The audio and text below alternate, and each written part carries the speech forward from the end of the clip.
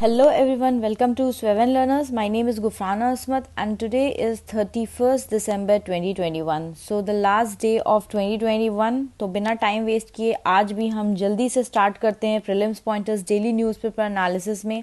आज के लिए हमारे पास कौन कौन सा इंपॉर्टेंट न्यूज़ है। वैसे बहुत सारे न्यूज़ तो है नहीं, बट जितने भी इम्पॉर्टेंट न्यूज़ है वो सारा हम कवर करने की कोशिश करेंगे। तो पहला सेक्शन हमने इंटरनेशनल रिलेशन का लिया है। इंटरनेशनल रिलेशन में पहला सेक्शन हम न्यू डेवलपमेंट बैंक के बारे में थोड़ा देखते हैं, इससे रिलेटेड न्यूज़ है। इंडिया ने इजिप्ट को वेलकम किया है as the 4th new member of BRICS का new development bank. New development bank आपका ब्रिक्स का है, ठीक है। तो इसमें इजिप्ट को as a 4th new member लाया है इंडिया ने। ब्रिक्स जो है it was established bye 6 countries, जैसे बोलते हैं ना BRICS, तो ऐसे ब्रिक्स 6 कंट्री का समूह बोलते हैं, वैसे बना है। और न्यू डेवलपमेंट बैंक उसकी बैंक है। तो इजिप्ट अगर 4th कंट्री है, न्यू कंट्री, तो बाकी 3 कंट्री कौन है जिसको ऐड किया गया है 2021 में? तो those are Bangladesh, UAE and Uruguay. ये सब आपके सितंबर 2021 तक ये लोग भी ज्वाइन कर चुके थे, ठीक है। अब देखो इनका मेंबरशिप एक्सपेंशन हो रहा है, तो मेंबरशिप एक्सपेंशन क्या करेगा? It will enable New development Bank to position itself as a premier development institution for emerging economies.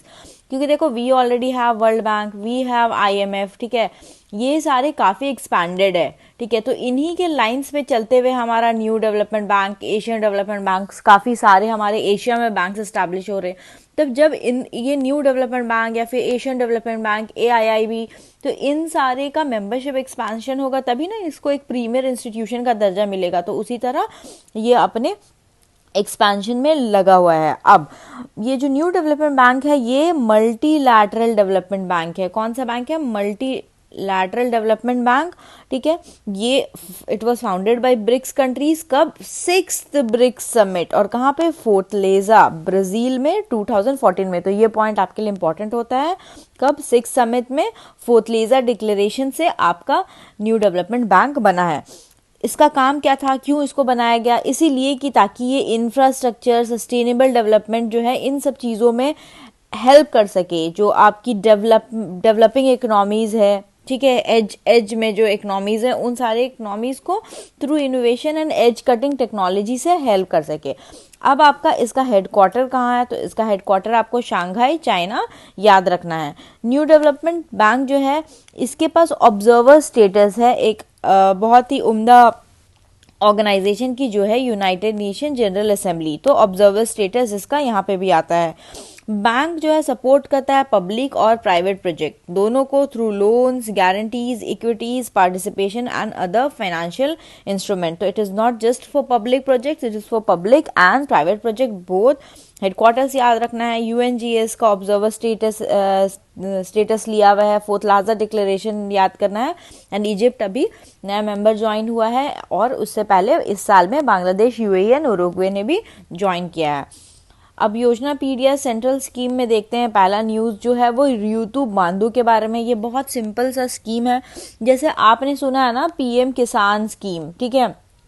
PM किसान स्कीम का जो स्टेट वर्जन है ना वो रियुतु बंधु स्कीम है। देखो PM किसान स्कीम में क्या होता है, किसी भी लैंड होल्डिंग फैमिली जिनका income support 6,000 per year 3 equal installments में देते हैं आपको, ठीक है, PM किसान में होता है।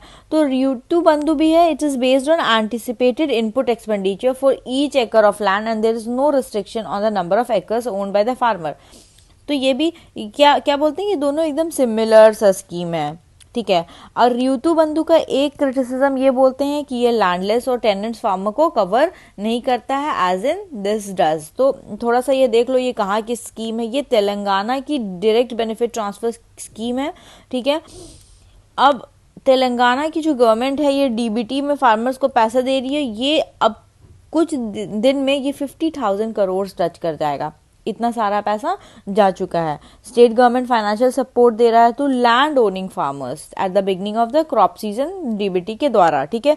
इस स्कीम के अंदर जैसे आपका PM किसान में 6K देते हैं ना, तो रियुतु बंधु में आपका 5K पर एकड़ पर क्रॉप सीजन मिलता है without any ceiling on the number of acres held, ठीक है।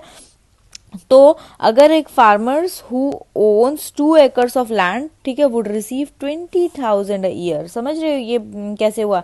ये पर एकड़ में आपको 5K मिल रहा है पर क्रॉप सीजन में। तो एक साल में 2 crop season, and if you have 2 acres of land that means 20K एक फार्मर रिसीव कर पाएगा। और जिस फार्मर के पास 10 एकर्स ऑफ लैंड है, that person can receive 1 lakh a year from the government, ठीक है। तो ये जो ग्रांट है ये सीड, फर्टिलाइजर, पेस्टिसाइड, लेबर, इन सारे चीज़ों में हेल्प करेगा। और ये जो एक यहाँ पे हेडिंग है, how much does it cost the state exchequer, ये इतने नंबर्स हमारे लिए इंपॉर्टेंट नहीं है। ऋतु बंधु स्कीम तेलंगाना की है and it is a DBT scheme, direct benefit transfer, similar as PM Kisan scheme. इतना ध्यान देना है, बट ये लैंड होल्डिंग फार्मर्स के लिए है, लैंडलेस फार्मर्स के लिए नहीं है। नेक्स्ट न्यूज़ जो है हमारा वो द्यूचा पचमी कोल माइन से रिलेटेड है। ये कोल माइंस कहाँ है? ये वेस्ट बंगाल के बीरभूम डिस्ट्रिक्ट में है। बीरभूम डिस्ट्रिक्ट ऐसे भी बहुत ज़्यादा फेमस है कोल माइंस के लिए।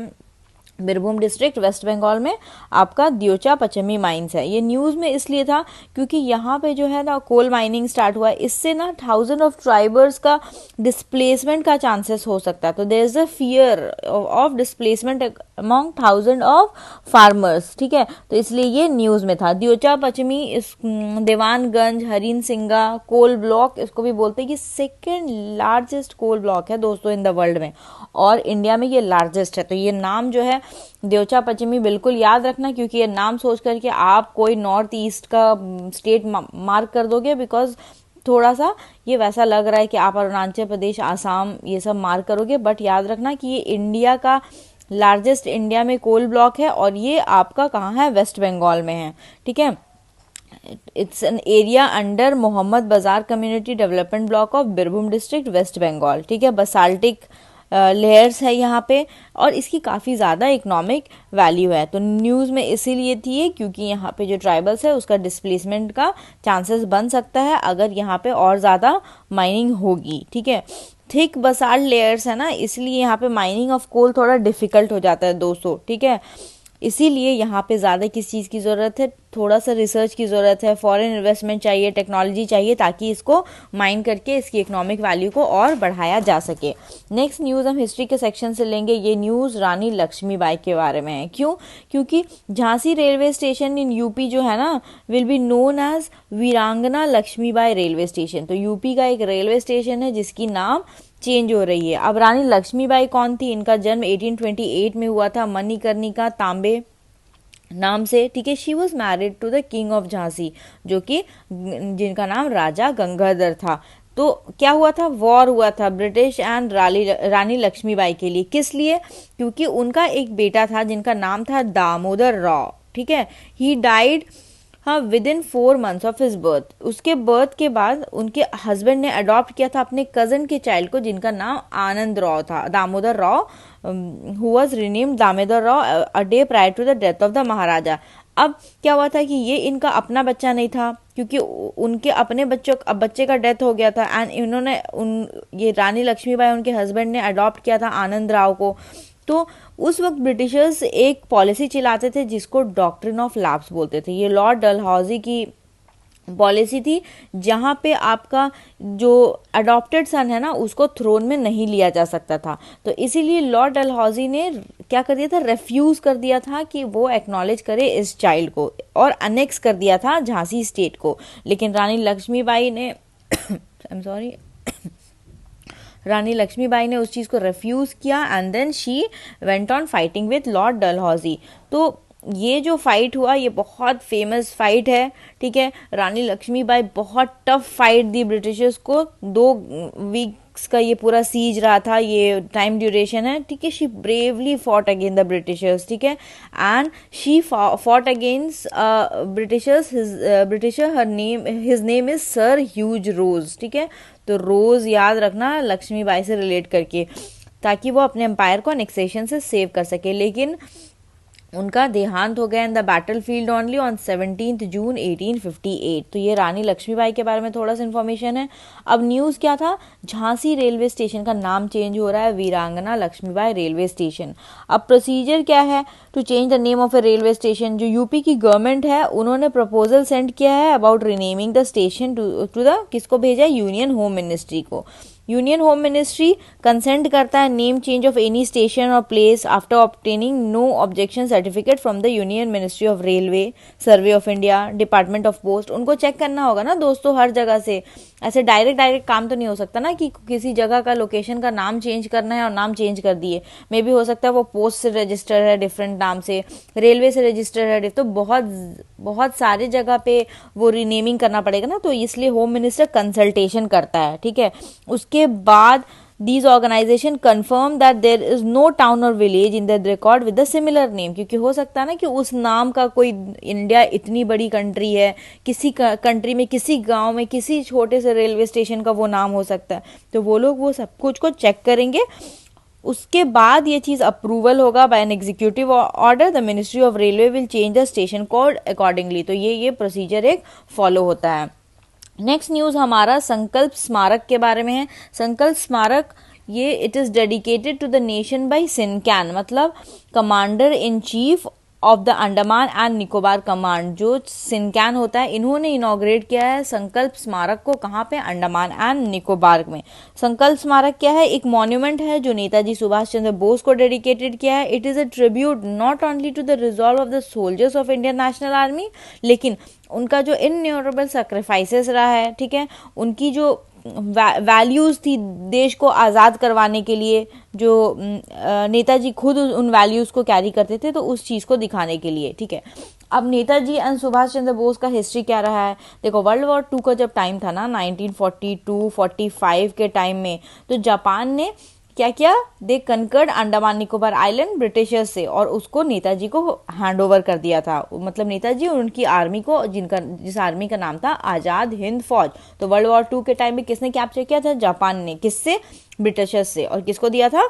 आज़ाद हिंद फौज AKA नेताजी सुभाष चंद्र बोस को। तो नेताजी वहाँ अराइव हुए अंडमान निकोबार आइलैंड में 29 दिसंबर को, और उस आइलैंड को फ्री कर दिया from the British rule much before India got independence, क्योंकि इंडिया को इंडिपेंडेंस कब मिला? 1947 में, और ये इवेंट कब हो रही है? 1943 में।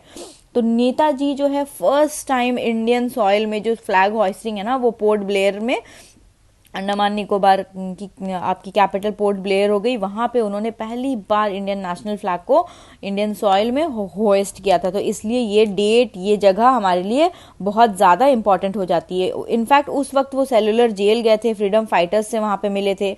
उसके बाद जब वो वहाँ से वापस आ रहे थे ना, उन्होंने रिनेम किया अंडमान एज शहीद एंड निकोबार एज स्वराज। लेकिन इंडिपेंडेंस के बाद भी ये नाम अंडमान एंड निकोबार ही चल रहा है, बट नेताजी चाहते थे शहीद एंड स्वराज ये आपका आइलैंड का नाम चेंज हो। तो 1943 डेट आपका इंपॉर्टेंट है। तो ये सारे इवेंट्स जो हुए ना, इन इवेंट्स को देखते हुए ही संकल्प स्मारक जो है वहाँ पे इनॉग्रेट किया गया है by CINCAN, commander in chief Andaman and Nicobar command. ठीक है, अब नेक्स्ट न्यूज़ हम इन्वायरमेंट एंड इकोलॉजी के सेक्शन से देखते हैं। ये भी एक इम्पॉर्टेंट न्यूज़ है, ये परिवेश पोर्टल के बारे में है। डायरेक्ट एक क्वेश्चन ये आपको आ सकता है, क्योंकि ये बहुत इम्पॉर्टेंट पोर्टल है परिवेश पोर्टल जो है। और इनफैक्ट ये पोर्टल आपका काफ़ी बार भी न्यूज़ में रहा है, तो ध्यान दीजिएगा आप इस पोर्टल के बारे में।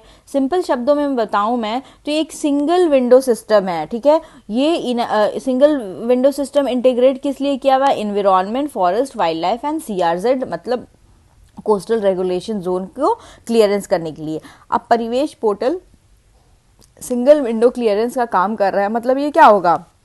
ये आपका, अगर इसका फुल फॉर्म परिवेश मारपीट करके बनाया हुआ है तो सुन लो क्या है? Proactive and responsive facilitation by interactive and virtuous environmental single window hub. तो मैंने बोला ना मारपीट करके एक नाम बनाया हुआ है, बस आप परिवेश ध्यान देंगे। ठीक है, इतना फुल फॉर्म आपको ध्यान देने की जरूरत नहीं है। सिंगल विंडो है ये, आपका हर चीज का क्लियरेंस देगा, आपका environment, forest, wildlife, CRZ clearance, central, state, district level, हर जगह से, ताकि इधर उधर भटकना ना पड़े। ठीक है, क्योंकि as per the ministry of environment, forest and climate change, average time जो होता है to grant environmental clearances in all sectors, ये सिग्निफिकेंटली रिड्यूस हो गया from 150 days in 2019 to less than 19 days in 2021। अब इस पोर्टल से चीजें और आसान हो जाएगी, क्योंकि मिनिस्ट्री ने डिसाइड किया है ताकि वो इस पोर्टल को और ज़्यादा अपग्रेड करे और सिंगल विंडो सॉल्यूशन दे ताकि एडमिनिस्ट्रेशन में इजी हो दोस्तों। ये हमारा प्रो गवर्नेंस, ठीक है, ये हमारे गवर्नेंस में भी काफ़ी अच्छे से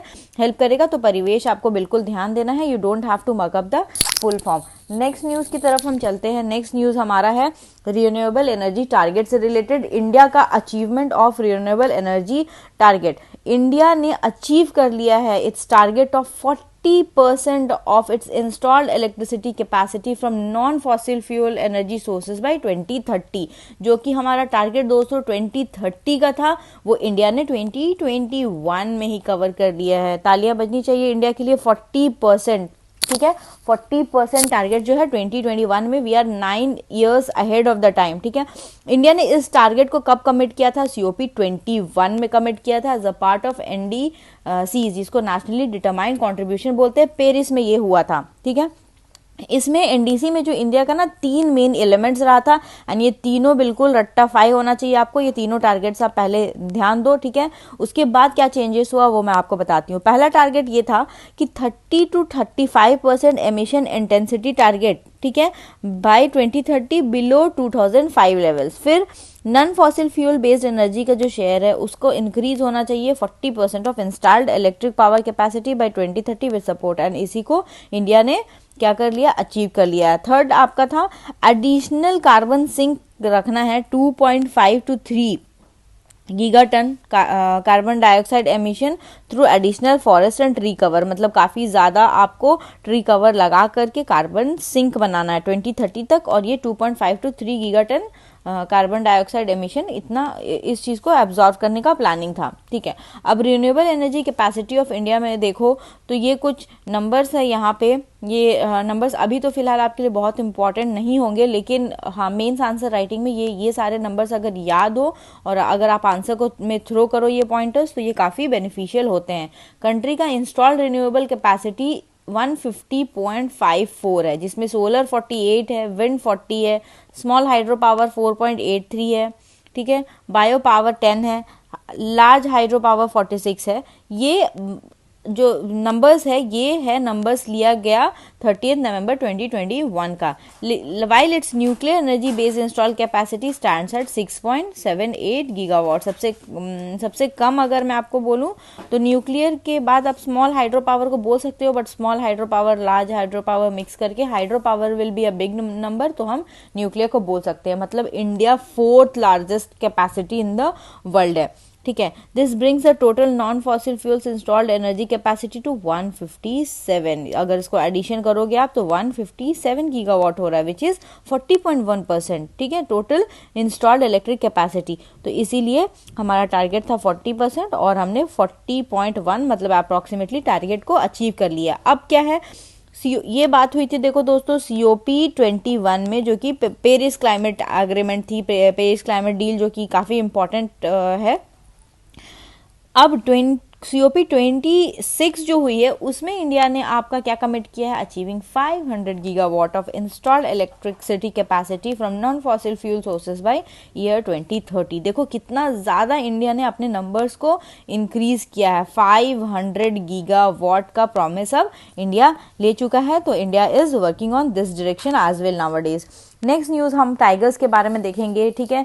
जो NTCA है, नेशनल टाइगर कंजर्वेशन अथॉरिटी, उन्होंने टाइगर डेथ का डेटा दिया है। इस डेथ में टोटल 126 टाइगर्स का डेथ रिकॉर्ड हुआ है 2021 में, मतलब we lost 126 lives of tigers in this year 2021। इसमें जो हाईएस्ट, और देखो दोस्तों ये ना हाईएस्ट डेथ भी है, मतलब इन अ डेकेड 126 टाइगर्स, तो ये एक तरह का हाईएस्ट डेथ भी है इन अ डेकेड। इसमें सबसे ज़्यादा जो लॉस है ना वो मध्य प्रदेश का है हाईएस्ट, उसके बाद महाराष्ट्र एंड कर्नाटका।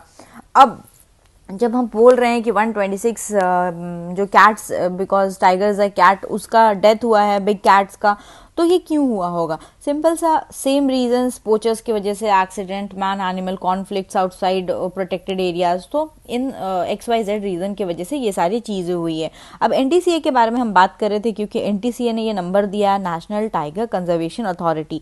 ये क्या है? ये एक स्टैट्यूटरी बॉडी है दोस्तों। इसको बनाया गया है वाइल्ड लाइफ प्रोटेक्शन एक्ट 1972 के द्वारा और इसको अमेंड किया गया है 2006 में।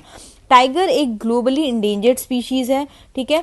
इसका जो इंडेंजर्ड कैटेगरी है on international union for conservation of nature IUCN के red list of threatened species में। तो ये याद रखना, सबसे ज्यादा टाइगर लॉस हमें मध्य प्रदेश से देखने को मिला है, followed by Maharashtra and Karnataka. Miscellaneous का एक हम टॉपिक देखेंगे, ये लास्ट न्यूज है आज का। This news is related to Atal ranking of institution on innovation and achievement. इसको शॉर्ट में मैं ARIA बोलती हूँ, ARIIA।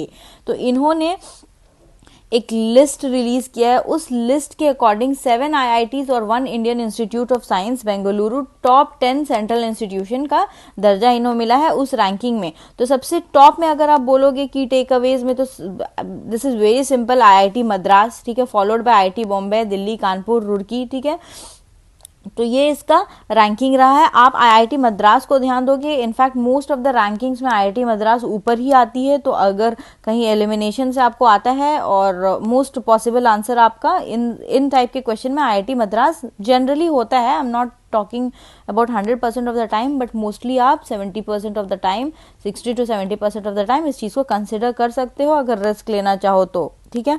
अब अटल रैंकिंग्स ऑफ इंस्टीट्यूशन और इनोवेशन अचीवमेंट, जिसको ARIA बोलते हैं, ये किसकी क्या बोलते हैं, किसकी इनिशिएटिव है? तो ये मिनिस्ट्री ऑफ एजुकेशन की इनिशिएटिव है। इसको इम्प्लीमेंट करती है AICTE and ministry innovation cell. इसका काम यही है कि रैंक करे हायर एजुकेशन इंस्टीट्यूशन को, जितनी भी यूनिवर्सिटीज है इंडिया को, कुछ इंडिकेटर्स में, जैसे इनोवेशन, कितना स्टार्टअप, एंटरप्रेन्योरशिप, डेवलपमेंट, स्टूडेंट्स और फैकल्टी में कितना ये सारी चीजें डेवलप हो रही है, ठीक है। अब क्या क्या पैरामीटर्स इवैल्यूएट करते हैं इसमें? कितना पेटेंट फाइल किया गया, ग्रांट हुआ, है ना, कितना registered students and faculty startups रहा, कितना फंड जनरेटेड हुआ बाय इंक्यूबेशन सेंटर्स होते हैं ना कॉलेज में, इंक्यूबेशन सेंटर्स जहाँ पे स्टूडेंट जाकर के काम करते हैं, तो वहाँ पे कितना फंड रिलीज हुआ, ठीक है।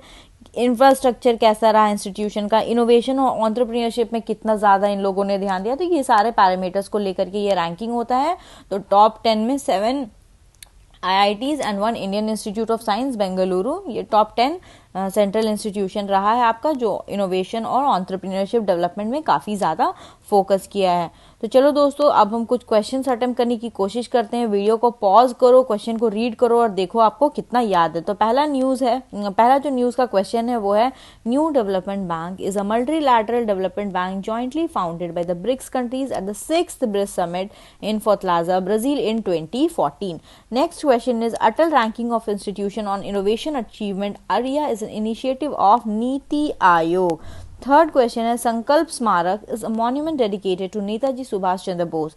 Fourth is, Ryutu Bandhu scheme does not cover the landless or tenant farmers. Fifth is, Dyocha Panchami Deoganj Harinsinga coal block is the second largest coal block in the world, located in Birbhum district of Assam.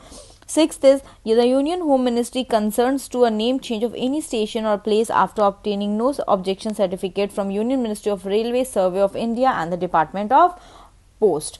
So please do pause the video and try and attempt the question. I'll share the answer with you. See, all maximum of the answer are correct. Just Niti Aayog का जो आपका ये ARIA is not an initiative of Niti Aayog, it is an initiative of Ministry of Education.